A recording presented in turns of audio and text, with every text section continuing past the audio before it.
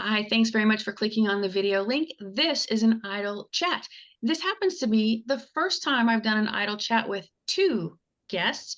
Please, everybody, welcome Jack, welcome Melinda. Thank you. Hello, everyone. All right, so we've got the cards here. We'll give them a quick shuffle. And why don't we go a little old school? We'll have ladies first, if that's okay. Thank you. All right, Melinda. Who would you nominate to have their own reality TV show? Elon Musk. Well, he has the money to do it. Yeah. He has access to everything. And I mean, the guy's smart. He is smart. Right? It would be fascinating to see how he pieces together all the moving parts. Yes. Let's see. Jack, another question for you. Do you happen to know what was the last photograph that you took on your phone? Last photograph I took on my phone is we've been in the middle of evacuations here in Southern California. I live up in the Hollywood Hills. I have 3 dogs, 100 pounds each, and with 10 minutes to evacuate, my 3 dogs and I evacuated and then lived in a mobile home, which is really a Jeep Rubicon. So I took pictures of that and shared with others where I am temporarily living. That would be the last photo. It's a 3-dog night in a Jeep Rubicon. It was a very interesting 3-dog night in a parking structure. It also became quite the talk of the town. As it deserves to be. As it deserves. What kind of dogs are 100 pounds each? So I'm very big into the rescue segment. So I have a 100-pound combination black lab pit bull. I have a 100-pound yellow lab. I have a 100-pound golden retriever. So these are all rescues. And at this point in my life, I've moved to a place where I am personally rescuing those dogs that are older or have health issues, because those are the ones that are typically not rescued. And, I have the whereabouts to be able to take care of them. I've had up to 4. One night I had 17 or 14 because I had to swing by the Burbank airport and pick up 7 puppies that were going to be unfortunately euthanized the next morning. We have a rescue dog in our house, a golden retriever, and she's not anything near 100 pounds, but she is more often named Employee of the Month than I am. Yes, my golden retriever should not be 100 pounds because she is as active as could be. She runs the daycare center, and that's part of, I can give a little plug for one of our charities, is that like 2 years ago, we started a program where we pull animals off the China slaughter trucks, bring them to the United States, get them redoctrinated into, being in a normal lifestyle, and then rescue them out. And one of the first ones we pulled, she was in the worst shape. So that's how it's all started. Because I'm very much of a Labrador person. Oh, that's a nice story, though.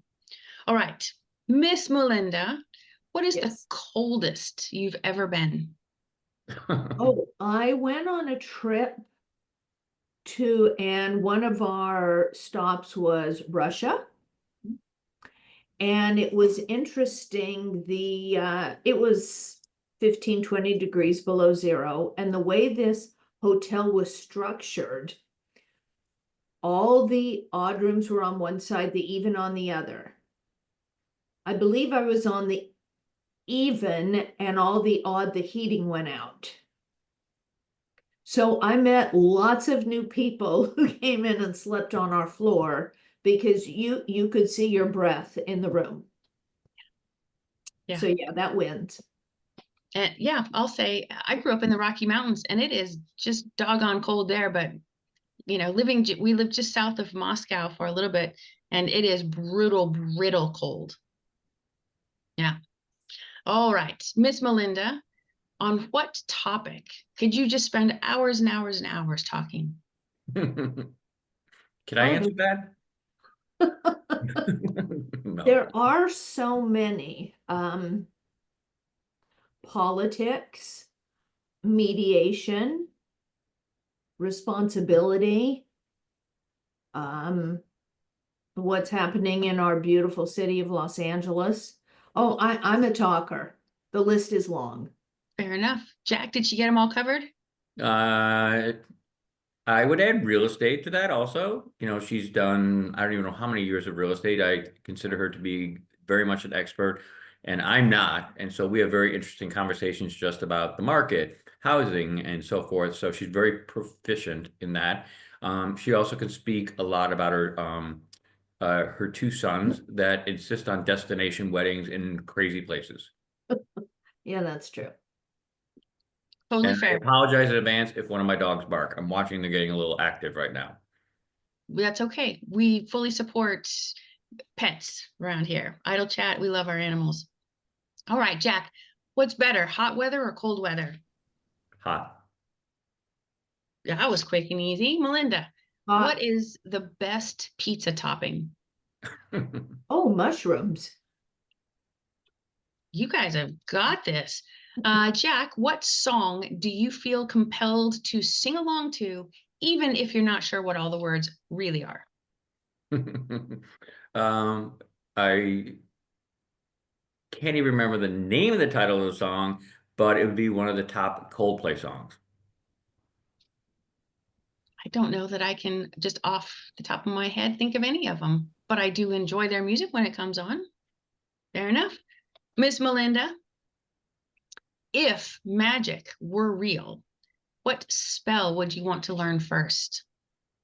Oh, how to make people disappear. Oh, easy. Or cut them in half. I would add that one too. Well, but disappear, I don't have to deal with anything. Yeah, blood. Yeah. There you go. Anti-conflict. There you go. That is why I'm a mediator. Perfect. Perfect.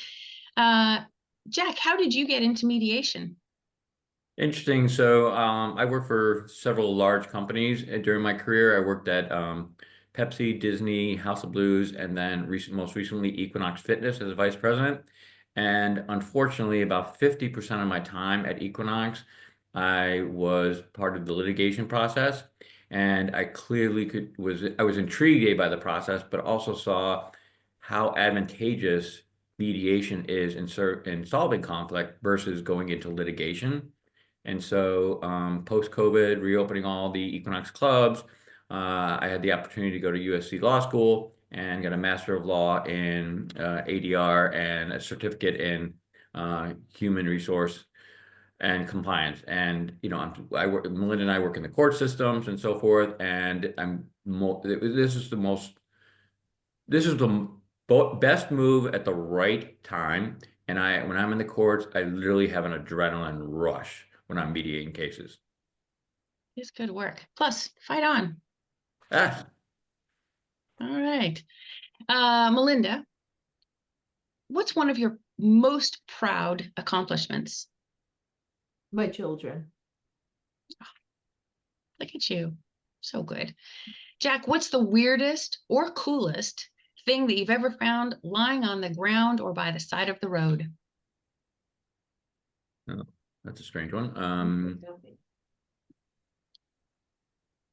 I actually once, this is not a good story, but I did find a homeless person that was in real trouble on the side of the road. And, you know, I did not take them in my car, but was able to get 911, come and take over them. But they were literally in the road.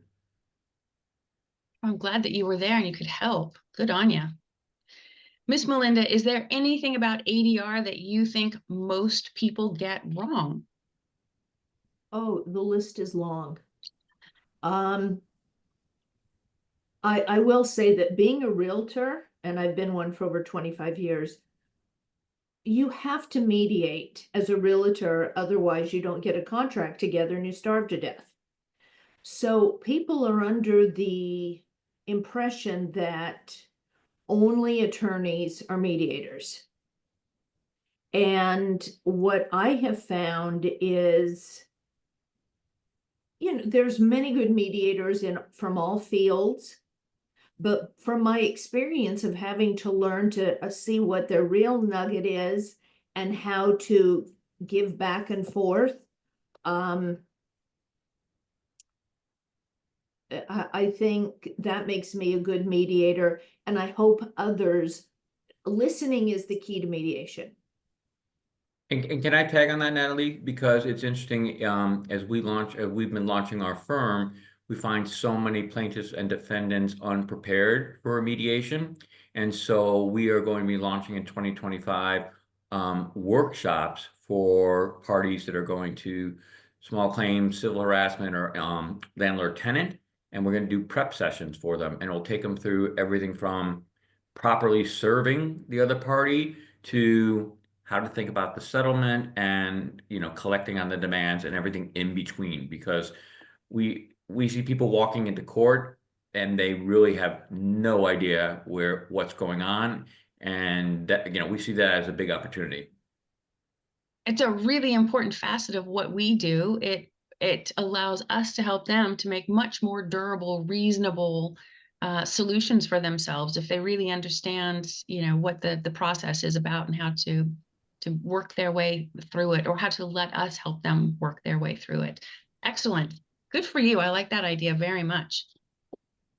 Jack, what was your favorite subject in school? Finance. A nerd. I love it. Way to go, geeks. The geeks shall inherit the earth, Okay, They are. I'll take it. They will.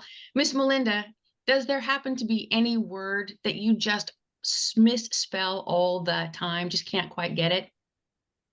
Oh yeah, there's a lot on that one. Like I'll misspell constituent, or I'll commitment. I forget how many M's and how many T's. I guess I struggle in the C's, but you know what? I believe in God because there is spell check. Can I tag on Amen. that too? Because it's a little ironic what word I have trouble spelling all the time or make the mistake. I constantly confuse mediate and meditate in my So does spelling. Google. Yes.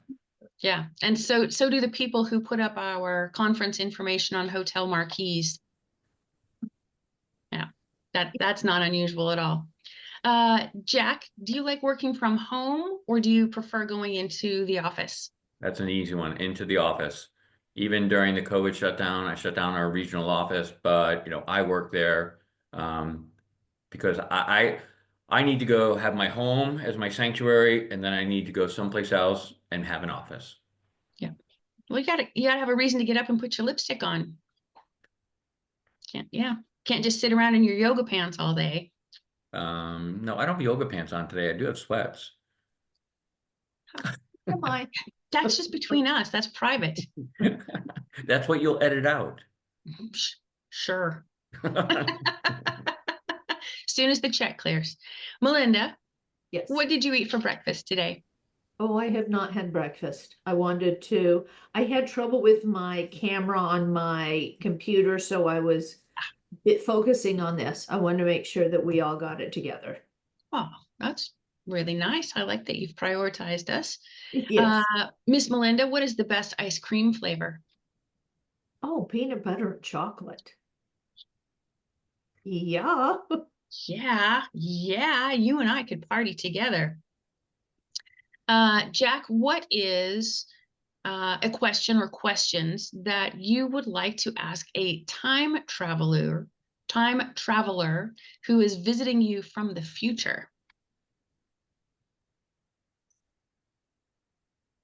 Probably this hopefully isn't dark, but I am 63, and how much what is the time remaining I have on this earth? That's a good one. Yeah, that's a good one. I like that. Know how to reverse engineer all the good stuff. That's a good one. Miss Melinda, what do you love most about the work that you do with your clients? What's one of your favorite things about the mediating your cases? How to take the stress level off of them. When they have settled, you can see And they didn't get the whole pie. Excuse me, but they're just so thrilled to settle, put it behind them, and move on with their life. Yeah, it's got to be an enormous relief to not have Tums as one of the 4 major food groups. Yeah, exactly. Yeah, I think that makes a big deal. And Jack, how about you? What's your favorite part of the resolution industry and the work that we do? Like I said, I get such an adrenaline rush when I'm in the court, and so the ability, like it's very similar to Melinda's, watch two parties that walked into the mediation room hating each other and walked out and pat each other on the back. I remember one mediation I had, it was a from a synagogue where it was 4 best friends and the relationship had completely fallen apart over money, about paying for someone, and they were arguing and yelling, and it was awful. At the end of the mediation, we settled. They were walking out, and they were all going to have beers that night. That's a high. I hope your upcoming workshops and trainings go well, because I think that's a much needed service. Well, thanks very much for having an idle chat with me. Oh, Thank thank you. you. Our pleasure.